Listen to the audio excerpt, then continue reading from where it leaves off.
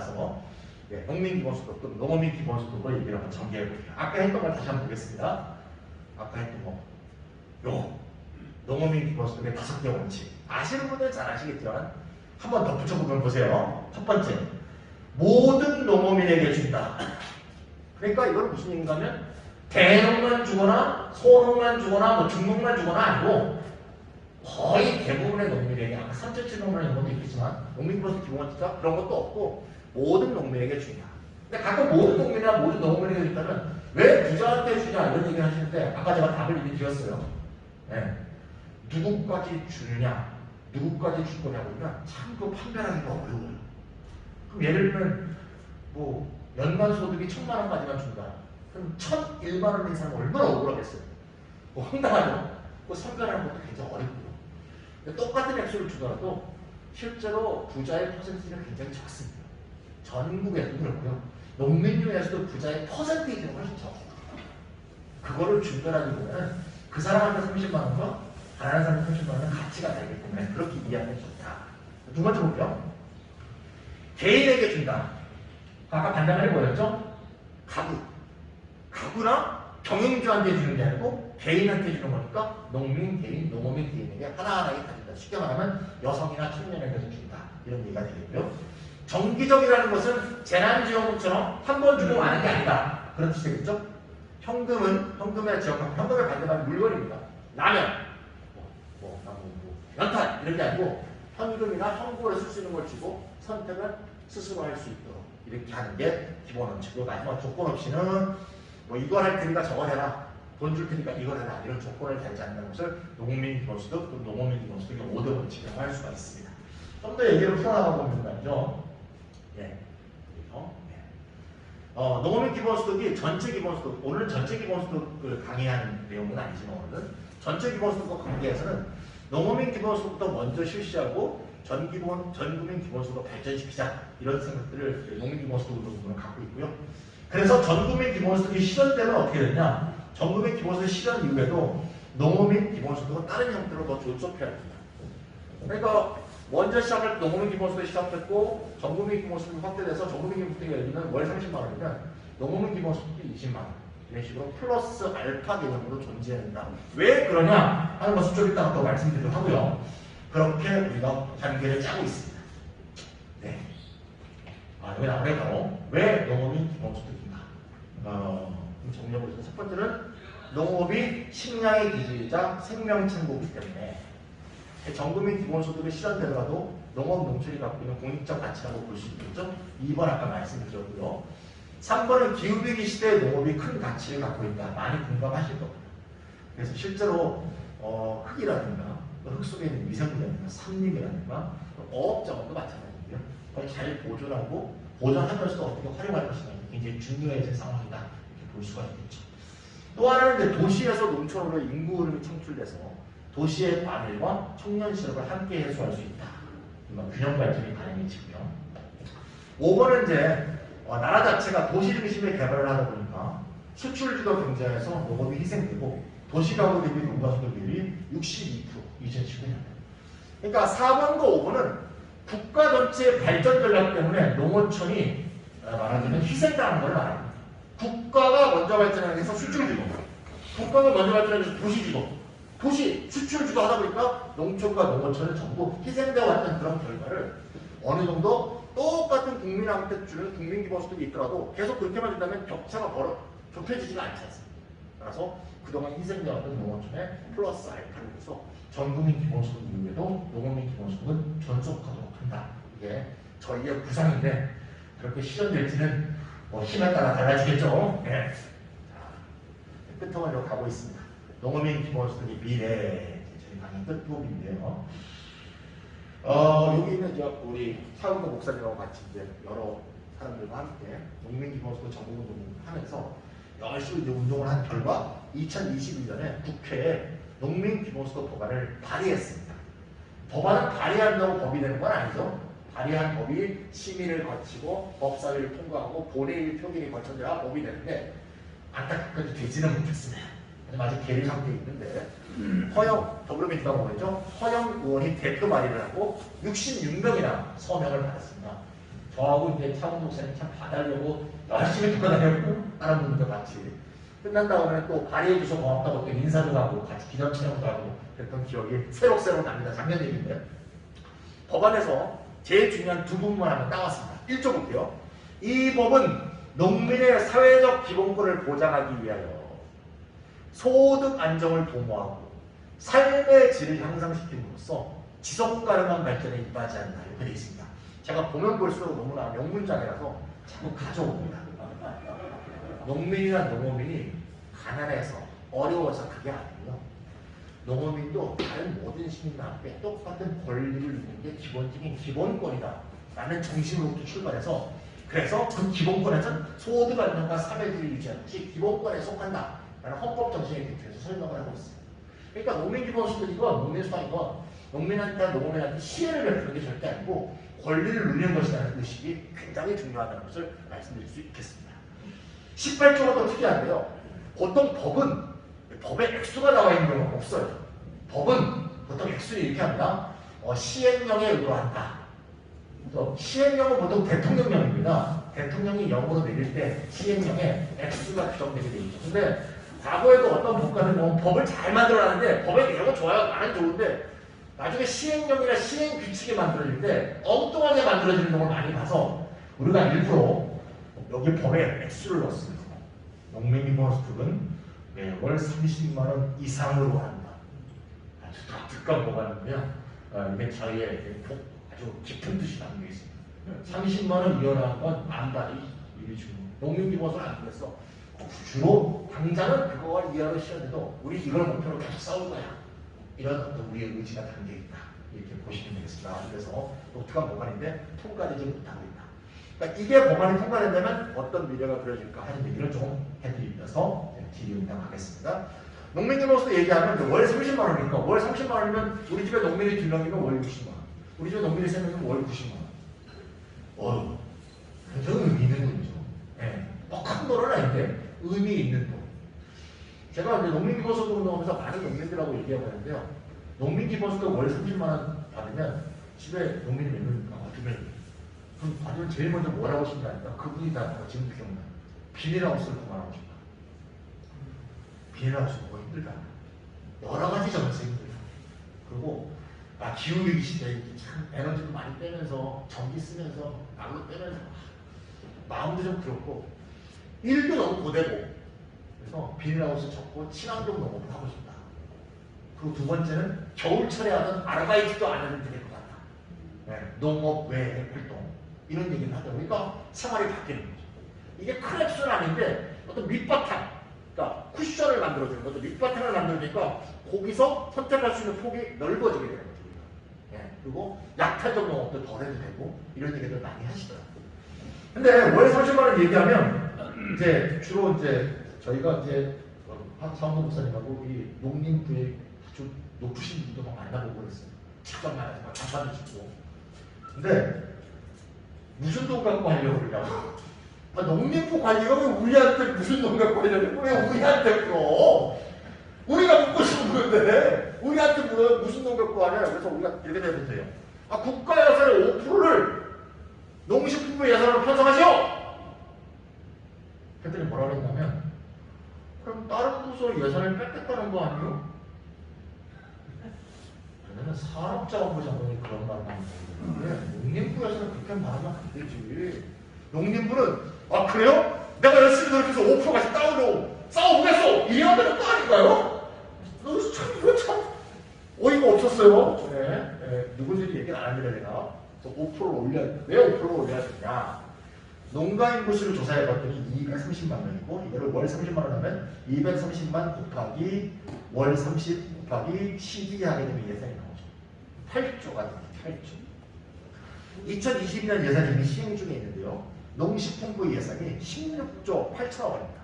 16조 8천억 원 정말 적습니다. 여기에 8조를 더하게 되면 25조가 필요한 거죠. 그럼 25조가 2022년 정부 예산 607조 중에 몇 프로냐? 4.15%면 돼요. 그러니까 정부 예산 중에 5%만 농림부 예산, 농업식품, 농림식품부 예산으로 하게 되면 그 중에서 4.15%만 해서 농민기본소득 30만 원 지급이 다 되고요. 나머지 0.85% 갖고 다른 사업도 할 수도 있습니다. 그러니까 좀 수치적으로 말하면 4.15%면 월 30만 원 농민기본소득은 가능하다 볼 수 있고요. 아까 말했던 5천억 원이 쓰이고 있는 소농직불금 기억하시죠? 소농직불금은 가구별 지급이라는 것 뿐이지만 인적 지급이라는 점은 같잖아요. 그래서 요거를 예산에 통합하게 되면 전체 국가 예산의 4.06%면 된다. 그래서 소농직불금을 통합하면 4%, 소농직불금을 통합하지 않으면 4.15% 이렇게 이해하시면 돼요. 어떤 분은 말이죠. 아예 소농직불금 뿐이 아니라 아까 얘기했던 면적직불금 최대 5,400만 원까지 되는 거 면적직불금까지 다 통합하면 3.76%면 되니까 아예 본격직불금을 다 통합해버리고 거기 갖고 농민기본소득 재원을 쓰자 이런 과격파들도 있어요. 근데 저는 이건 좀 과격하다고 봅니다. 왜냐하면 본격직불금에서 가장 많이 쓰이는 게 뭐였죠? 면적직불금. 면적직불금 주로 누가 받는다? 대농들이 많이 듭니다. 그거를 없애버린다는 것은 농민사회 내에 어떻게 보면 내부에서 싸우겠다는 얘기죠.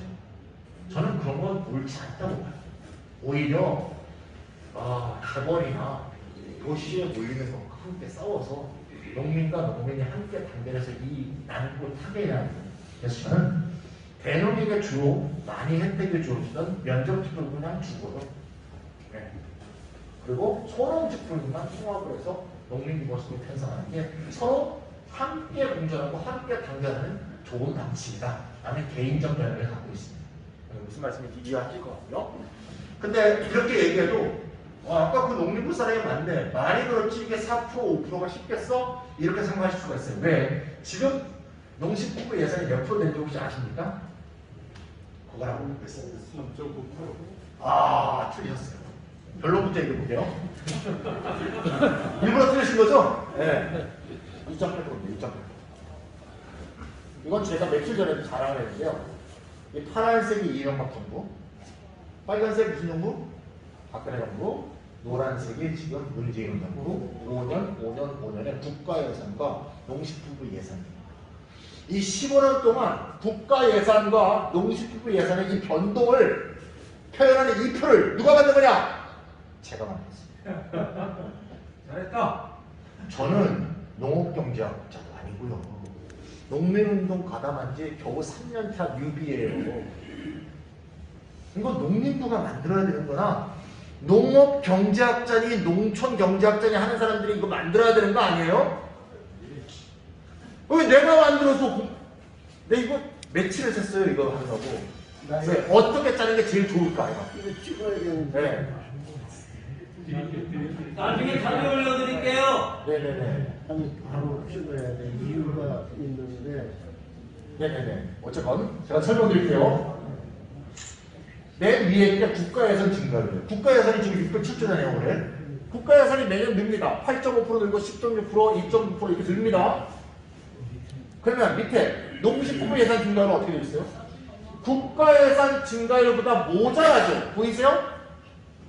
그러니까 국가예산 증가율하고 똑같은 비율로만 늘려줘도 큰 문제는 없어요.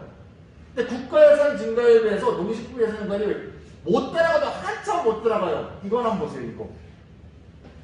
이건 좀 화나지 않아요? 0.02%라는 건 감소했다는 얘기예요. 인플레이션이 최소한 1%는 일어나잖아요. 근데 언제 예산이라고요? 2013년 예산이에요. 2013년 농식품부 예산은 언제 만든 거죠? 정권 말기에.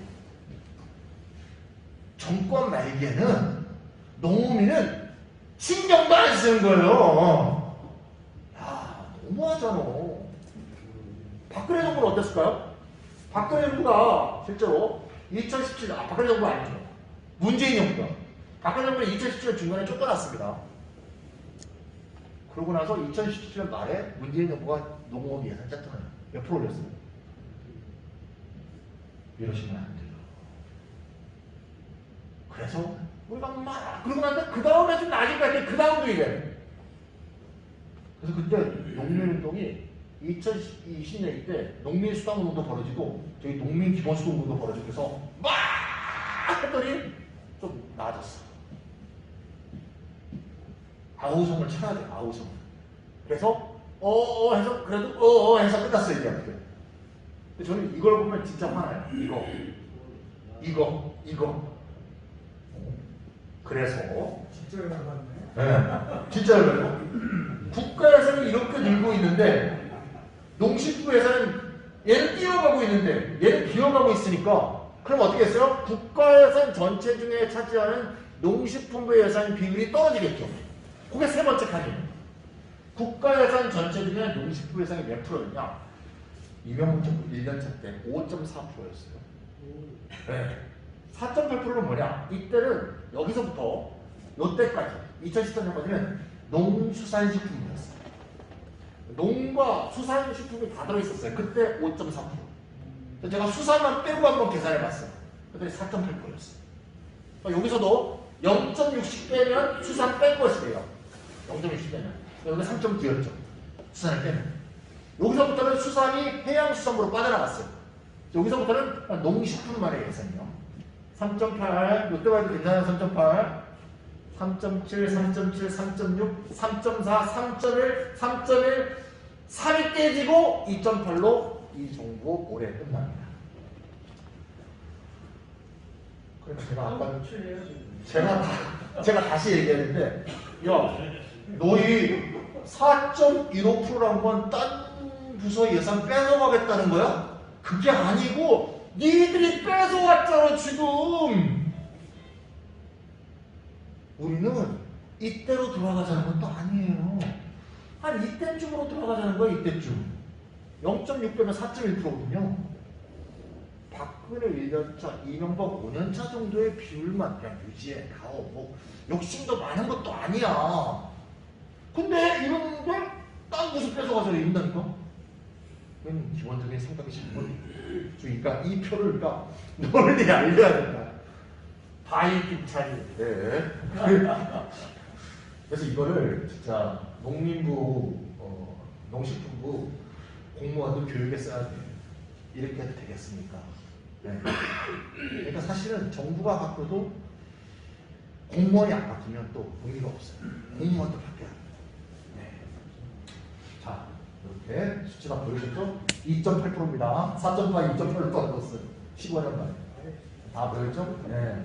이렇게 됐고요. 그래서 세계의 정부 때 비율을 한번 봤어요. 이명박 굉장히 수덕이 움직여요. 어떻게 되는지 모르겠어요? 잠깐만요. 이명박 정부 5년, 박근혜 정부 5년, 문재인 정부 5년 비교해요.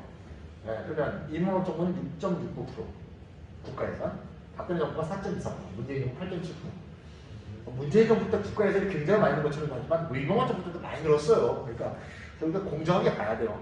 여기 또 코로나도 꼈으니까 사실 더 많이 늘었어야 되는데 사실 많이 못 늘린 거라고 봐요. 다른 나라들은 엄청나게 늘었거든요. 농식품 예산은 어떠냐? 2.6, 1.39, 3.16. 그나마 문재인 정부 때 농식품 예산이 가장 많이 늘었다라고 볼 수 있는데 국가 예산 대비해서는 오히려 이때보다 적다고 볼 수 있습니다. 이건 한 3배 정도죠. 얘는 2배, 2분의 1 정도. 그러니까 이거의 증가율에 비해서는 오히려 이거 증가율보다 이게 더 높다. 이렇게 볼 수가 있어요. 그러니까 좀 쉽게 말하면 이명박 때와 문재인 때가 크게 농정 예산의 변동은 없다. 이렇게 결론을 내릴 수가 있습니다. 이 문제 나타지시죠? 제가 새로운 프로를 좀 준비하고 있는데요. 우리 경상도에 가면 BYC라는 동네가 있습니다. BYC 아세요? 팬티 이름이 아니고요. BYC. 가장 인구가 적습니다. B는 어디? 동아. 맞습니다. Y. 영양. C는 청송. 동아, 영양, 청송을 BYC. 흔히 보통 농촌 소멸지역 세 군데에 BYC라고 하는데, 제가 영양군의 1년 예산을 한번 조사해봤어요. 영양군이 얼마나 인구가 적으냐? 16,000명밖에 안 돼요. 군이야, 군이 16,000명이야. 근데 1년 예산이 얼마인가 봐요? 재밌습니다. 1년 예산이요, 3,000원. 1년 예산에는 뭐 도로 닦는 것도 있을 거고, 사업비도 있을 거고, 공무원 월급도 있을 거고, 많겠죠. 보건소 운영비도 있고, 다 투자해도 그래요. 그래서 한번 계산해 봤어. 1인당 얼마인가? 1인당 1857만 원. 좀 발칙한 생각을 해봤어요. 아니, 영양분에는 군청도 없애고 다시 없애. 다 없애고 한 1857 다 개인에게 쏴. 그럼 2인 가족은 연소득 3,600. 3인 가구 연소득 5,400. 아이씨. 그럼 야, 늘 서비스를 어떻게 할 건데? 어차피 그 병원이 의사니 뭐 그냥 감기밖에 못 고쳐. 어차피 큰 병 걸리면 아산병원 가잖아. 어차피. 그러면 지역에 꼭 필요한 서비스는 우리끼리 자치해서 주민 자치해서 이거 합시다. 글좀 와서 돈 모아. 야 50만 원씩 내. 하면 안 돼? 그런 발칙한 생각도 한다는 거예요. 실제로 영양군에 사는 사람이 1인당 예산 1857만 원에 그 효능감을 느끼고 살고 있을 것이다. 저는 굉장히 회의스럽다고 봐요. 쓸데없는 농촌 사업비, 쓸데없이 나가는 돈들이 또 얼마나 많을까. 사실은 대부분 돈이 외지로 빠져나가는 거죠. 네, 뭔가 거기 와서 해서 뭐 한다래요 뭐. 서울시 계산했어요. 서울시. 저는 서울시 살고 있는데 서울시는 계산하면 1인당 399만 원이니까 영양분의 4분의 1. 4분의 1도 안 돼요. 황당하죠? 서울은 벌써 이미 인프라를 굉장히 많이 투자해왔기 때문에 사는데 어려움이 없고 확 돼 있으니까. 근데 지금은 하여튼 덜 쓰고 있다는 얘기입니다. 그런 생각도 든다. 그러니까 그런 사람 있잖아요. 돈이 없는 게 아니라 돈이 많다 이런 말도 있잖아요. 그러니까 이렇게 딱 보면 방법이 없는 것은 아니다 하는 생각이 자꾸 들어요. 네, 재미있는 수치가 나왔습니다. 이제 결론입니다. 네, 힘드시죠? 네, 50분 넘었네요. 네, 마지막으로 이제 농어민 기본소득과 농어촌 기본소득 이렇게 얘기가 있는데요. 네, 농민 어민한테만 주자. 이거는 농민 어민뿐이 아니라 농어촌에 사는 사람을 다 주자. 공무원이건 또는 무슨 교사건 상인이건. 그래서 이 두 개 갖고 지난 1년 동안 논쟁이 좀 많았어요. 이 농민 동맹에서. 농어민 기본소득이 맞냐? 농어촌 기본소득이 맞냐? 이거고요. 둘 다 국가 예산으로 하는 건 마찬가지죠. 그래서 좀 일단 공통점은 뭐냐? 균형 발전, 지역 경제 활성화에는 모두 공감한다. 그거 공감하지 않는 사람이 어디 있겠어요? 첫 번째 차이는 뭔가면 농촌이 과연 소멸 위기인가에서 인식에 좀 차이가 있다고 볼 수 있어요. 어떤 사람은 소멸 위기이므로 농촌 전체의 소멸을 막기 위해서는 농촌 기본소득 또는 농어촌 기본소득이 필요하다. 이렇게 주장하는 사람들이 많은데 어떤 분들은 사실은 농촌 내의 자치라든가 농촌 내의 청년 유입 자체가 막을 수 있는 제도적인 한계만 극복한다면 사실은 소멸 위기가 아니다 라고 생각하는 분들 많고 유럽하고 비교해서 볼 때도 인구 대비 훨씬 인구가 많다는 주장도 있습니다. 그런 논쟁도 있고요. 두 번째가 더 중요한데요. 농촌 경제의 순환의 중심이 어디냐? 어차피 농촌 경제의 순환의 중심은 농업이 돼야 돼요. 농업 농민.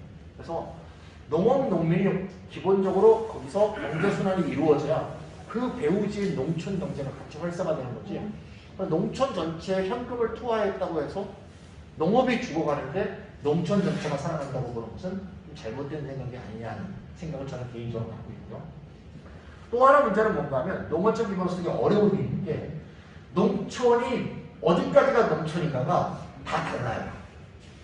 요거는 용도 기준인데요.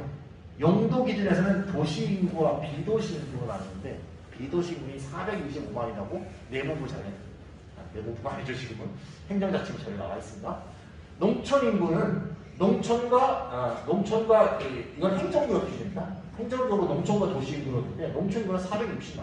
그러니까 용도 기준의 농촌 인구와 행정구역 기준의 농촌 인구가 수가 같지 않아요. 그리고 재정경제부 자료에는 읍이 농촌인데 행정자치부 자료에는 읍이 도시. 그러니까 부서마다도 규정이 달라요. 그래서 어디까지를 농촌으로 할 것이냐 하는 문제가 있고요.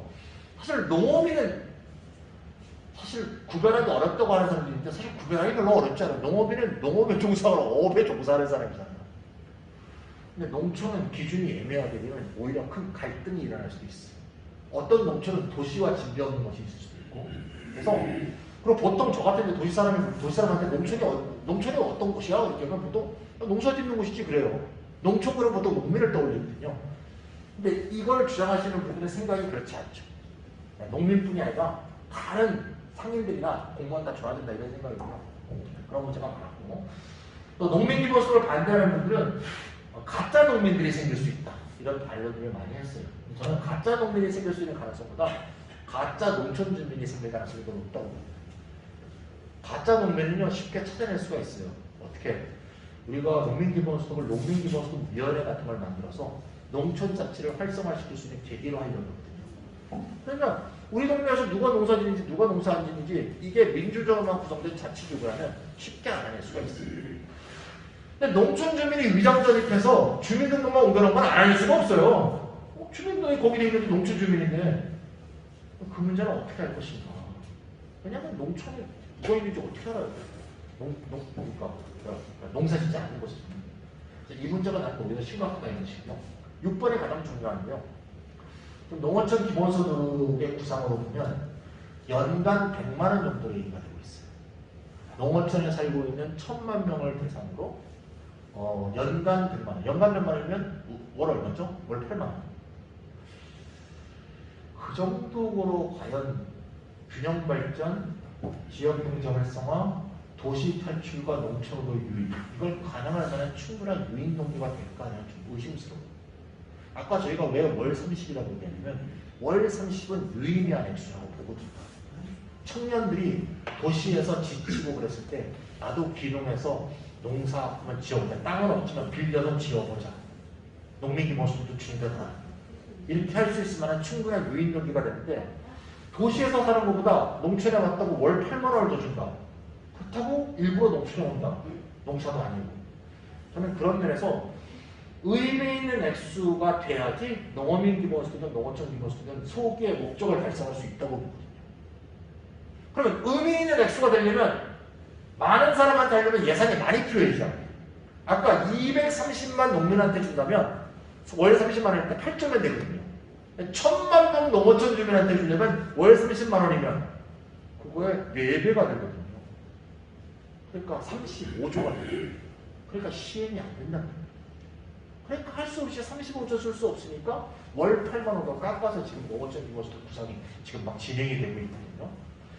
저는 그거보다는 농촌 경제의 핵심인 농어민 기본소득에 의미 있는 액수를 줄 수 있는 예산을 편성을 해서 이것이 기본소득의 효과를 볼 수 있는 좋은 사례로 보는 게 좋지 않을까 하는 생각을 갖고 있습니다.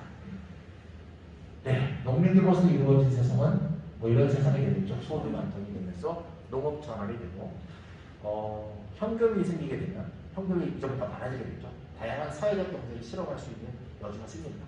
돈을 모아서 뭐 종합 같은 활동을 할 수 있고 여성 농민의 역할이 커지지 않을까 이거 분명할 거라고 봅니다. 여성 농민이 직접 지금 돈이 되면 여성 농민들이 뭔가 이전과 다른 굉장히 적극적 역할을 발휘할 수 있지 않을까 기대가 되고요.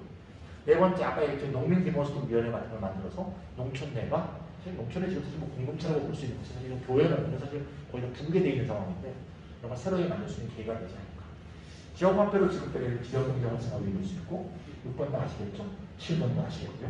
그래서 농민기본소득 정부운동과 농민기본소득 입법을 하려고 그림도 그려놓고 활동을 하고 있습니다. 네, 짧은 기간 동안에 다 말씀드리니까 하고 싶은 말은 많고 제가 좀 모자란데요. 이거로 발표를 마치도록 하겠습니다. 감사합니다.